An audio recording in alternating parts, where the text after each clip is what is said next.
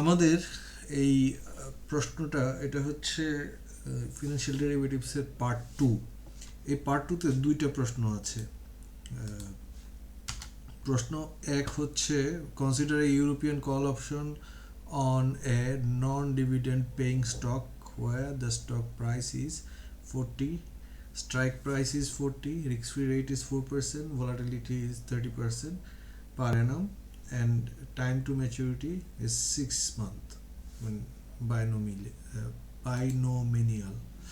আচ্ছা, এখন এখানকার এই চারটা প্রশ্নকে আমরা দুইটা ভাগে ভাগ করেছি। প্রথম ভাগ হচ্ছে calculate UDP for a two step tree. আচ্ছা, আর হচ্ছে value option using a two step tree. এক্ষেত্রে আমি এইটুক অংশ প্রথম আমি গ্রোককে দিয়েছি। গ্রোক এটার সলিউশন আমাকে করে দিয়েছে, এই যে এই পর্যন্ত সলিউশন করে দিয়েছে। সলিউশন করে দেওয়ার পরে আমি যে ভ্যালুগুলো পেলাম সেটা হচ্ছে এখানে দেওয়া। ইউরোপিয়ান কল অপশন ভ্যালু হচ্ছে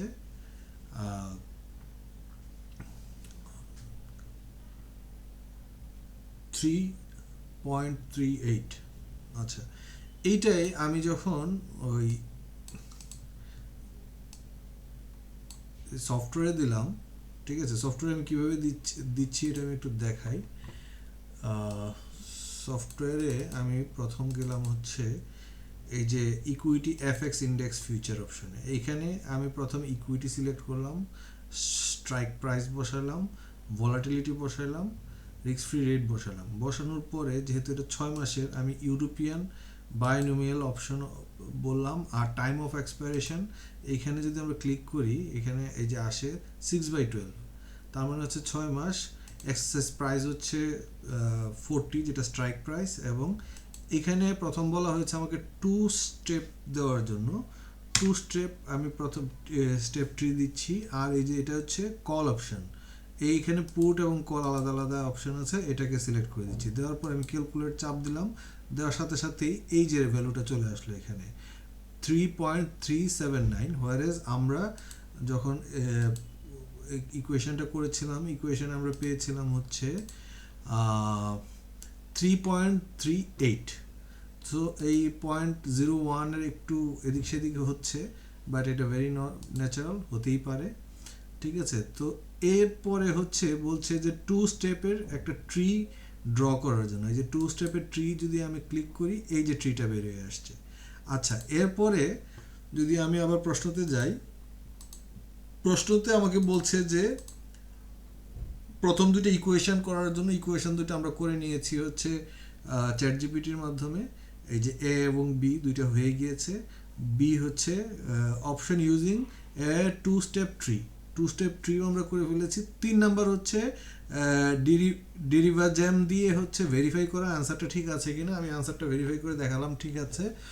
এখন বলছে যে স্টেপ অপশনগুলো value the option with 5, 50, 100 and 500 time steps, ঠিক আছে।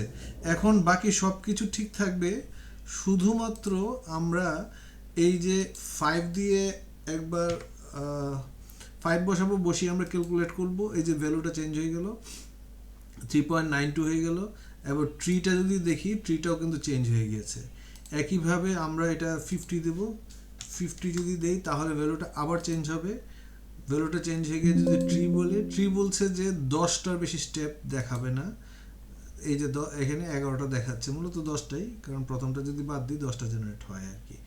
আচ্ছা, তারপরে বলছে যে 500 যদি দেই আমরা, 500 দিলে এই যে এইভাবে 500 এবং ক্যালকুলেট যদি করি, তাহলে এই যে ভ্যালু চেঞ্জ হয়ে গেল। এবার যদি ট্রি ডিসপ্লে করতে বলি, এই যে এইভাবে 500-এর ট্রিটাও ডিসপ্লে হবে।